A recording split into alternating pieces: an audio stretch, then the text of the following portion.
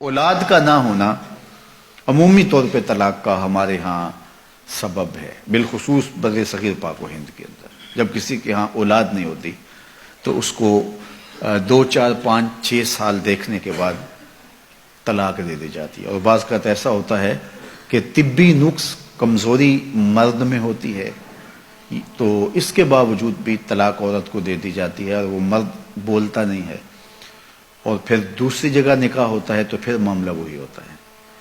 تو عورت بھی اس بات کی اجازت نہیں دیتی کہ اگر اولاد نہیں ہے تو میرا شوہر دوسری شادی کر لے، کیونکہ اولاد کے حصول کی تڑپ یہ مرد کے عورت کے دل میں بڑی کثرت کے ساتھ پائی جاتی ہے۔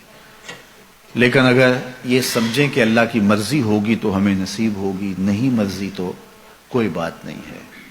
اچھا، ایسا بھی ہوتا ہے کہ اولاد تو ہوئی ہے لیکن اولاد مادینہ ہوئی ہے، اولاد نارینہ نہیں ہوئی، تو اولاد نارینہ نہ ہونے کی وجہ سے بھی طلاق ہو جاتی۔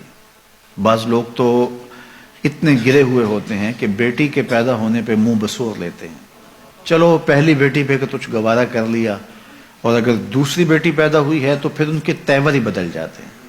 اور مجھے بتاؤ کہ عورت کے لیے یہ کتنی دردناک بات ہوتی ہے کہ ولادت کے لمحے زچہ بچہ دونوں کے لیے موت و حیات کے لمحے ہوتے ہیں، اور اس کے بعد عورت جو ہے وہ محبت کی طلبگار ہوتی ہے، وہ محبت اس کے احساس تکلیف کو مٹا دیتی ہے، اور مزید رویوں کی تلخی اب کس قدر اس کو توڑتی ہے اور وہ کس طرح جو ہے وہ ٹوٹ پھوٹ کا شکار ہو جاتی ہے۔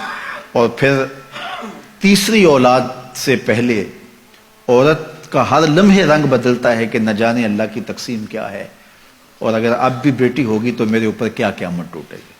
تو وہ لمحہ لمحہ جو ہے وہ اذیت سے گزرتی ہے اور دعائیں بھی مانگتی ہے کہ اللہ کرے بیٹا پیدا ہو، اگر اب تیسری بھی بیٹی پیدا ہوئی تو میرا حال کیا ہوگا۔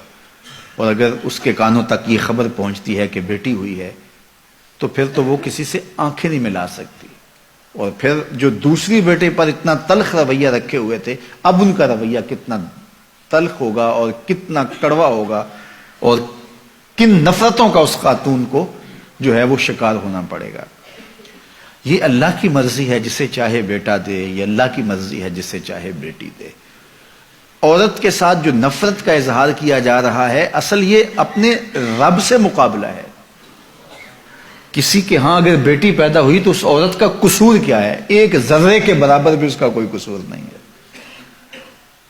تو پھر اس کا مطلب ہے اس پہ منہ بسورنا اور اس پہ نفرت کا اظہار کرنا یہ اپنے رب کی تقسیم پہ اعتراض ہے کہ اس نے ہمیں بیٹی کیوں دی ہے۔ تو اللہ بیٹی عطا کرے پھر بھی راضی ہو جاؤ، اللہ بیٹا عطا کرے پھر بھی راضی ہو جاؤ۔ بیٹی رحمت ہے اور بیٹا اللہ کی نعمت ہے، وہ نعمت نصیب کرے پھر بھی خوش رہو، اس کی رحمت برسے تو پھر بھی خوش رہو۔ اگر بیٹی بری ہوتی اللہ اپنے محبوب کو 4 بیٹیاں عطا نہ کرتا۔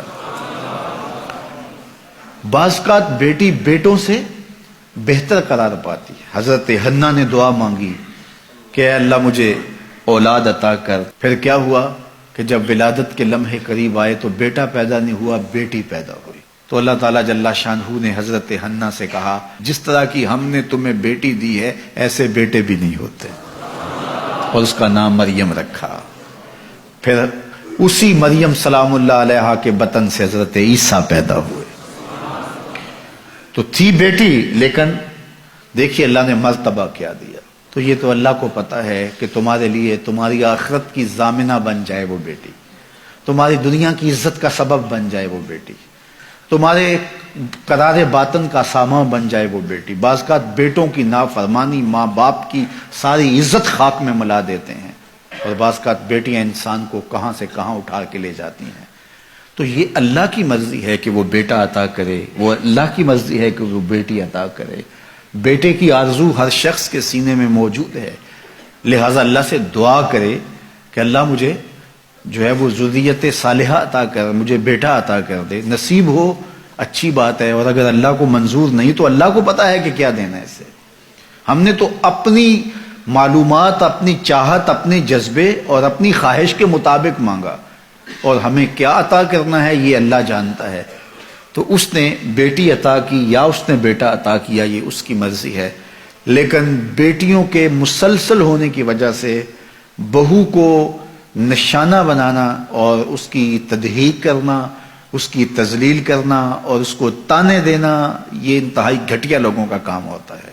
یہ اللہ کی مرضی ہے، چاہے بیٹے عطا کرے چاہے وہ بیٹیاں عطا کرے. تو اولاد کے نہ ہونے کی وجہ سے طلاق واقع ہوتی ہے، یہ بھی ایک گھٹیا پن ہے.